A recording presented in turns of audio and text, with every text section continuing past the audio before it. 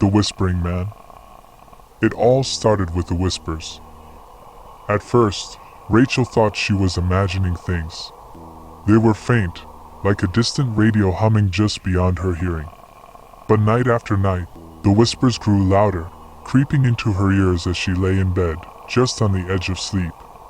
Each time, the voice grew clearer, more distinct. It was a low, raspy whisper, each syllable dragging like claws on a chalkboard. "Rachel, I'm coming." She tried to convince herself it was just the wind, the house settling, or her mind playing tricks. But the voice was relentless.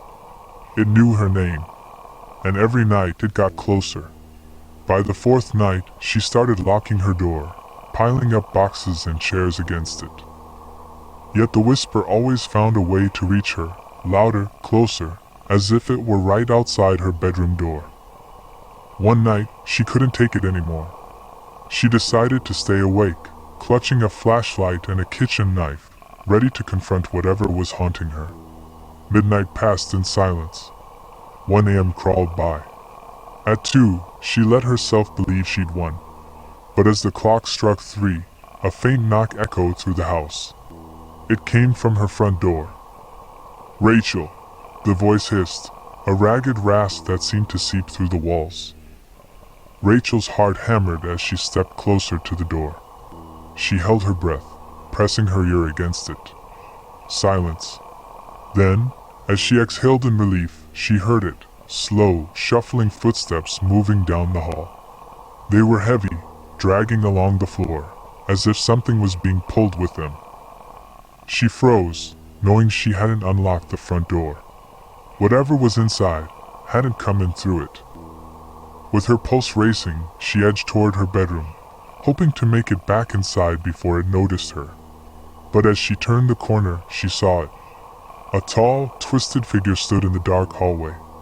Its limbs were unnaturally long, with joints bending in the wrong directions. The thing wore tattered clothes that hung loosely on its skeletal frame, and its face was a stretched mask of pale, leathery skin. Where its eyes should have been, there were only deep, empty sockets. It raised a crooked finger to its lips and grinned. "Shh," it whispered, its cracked lips barely moving.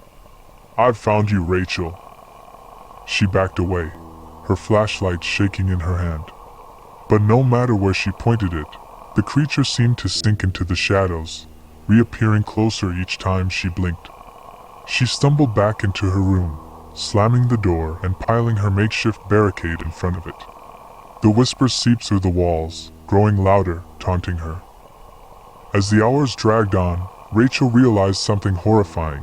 The whispers were no longer coming from outside the door. They were in her head, scratching at the edges of her mind. She clamped her hands over her ears, but the voice laughed, a low, chilling sound that echoed through her skull. "You can't hide from me, Rachel," it hissed, each word like nails scraping down her spine. "I am with you, always." In the final moments before dawn, as she teetered on the edge of madness, she heard it one last time. "I'm inside you." And then silence.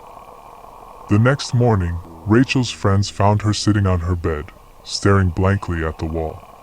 She was muttering to herself, a strange, hollow whisper repeating the same phrase over and over. "He's here. He's inside me."